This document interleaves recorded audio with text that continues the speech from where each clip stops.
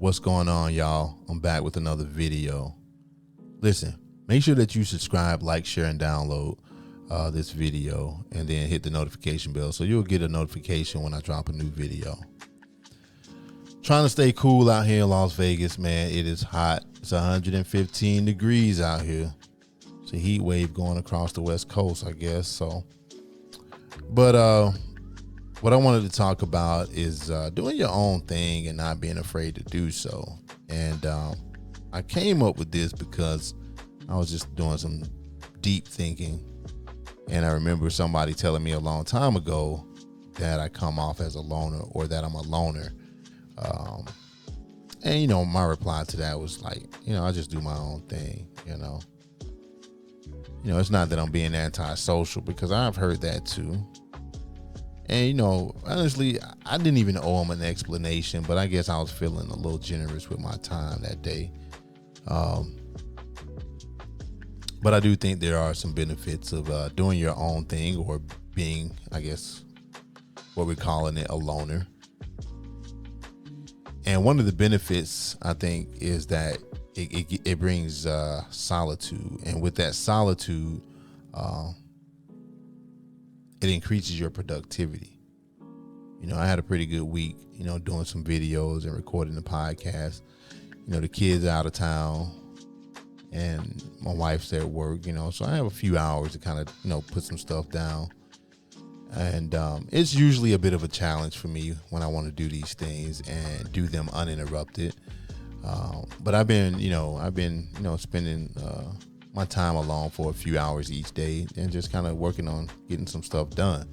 So you have to you have to go into your place of solitude. And if there's something that you're working on, I think it's going to help you focus a lot better, because being around people can sometimes kill your productivity. And I think it all goes back to distractions. You know what I mean? And, people can distract us, whether it's done intentionally or not, Now, speaking of solitude, I also believe that by doing your own thing, you become more creative. Think about how all the musicians, artists, the writers, these authors, how they lock themselves in the studio, or they go into these remote places where they can just work free of all distractions, where it's just you, your thoughts, alone in a place, and you just let your mind wander, And, I believe that it's going to help us, become more creative when we find our place of solitude, Now, it can be tough for a lot of people, because you may not have access to a remote location, or you might not have a studio where you can kind of lock yourself down in and get some stuff done. For most of us, our homes, or the rooms in our homes, somewhere, they become our places of solitude. And like I said, it can be tough, especially when you got a family running around the crib, when you got kids and all that stuff. But, you just have to kind of find that time. I know for me, I like to kind of move around when everybody's asleep, where I'm the only one that's up, and that's what I've been doing, and is it perfect? No, not all the time. But I think we owe it to ourselves to at least try it out. Because, we get so caught up with the daily living of life and all the busy stuff that goes on with it. We forget that we're creative beings, Somewhere along the line, we lose that creative spark, and that causes us not to explore our own thoughts and create something. So try to do your own thing and create something. It'll make you feel good in the process to know whatever it is that you created is something of yours. And nobody can take that away from you. Now, doing your own thing is going to require you not to focus on what everybody else is doing or saying. And I think that's a big leap for most people these days. And I say that because a lot of people are not comfortable with themselves enough to go out and be alone and not, worry about how it makes them look. And I saw an interesting post on Facebook the other day.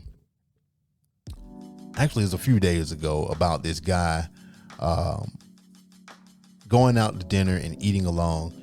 People were talking about the guy didn't have any friends and he was a weirdo, and he was weird, And I looked at it, as just a guy having a meal by himself and just doing his own thing,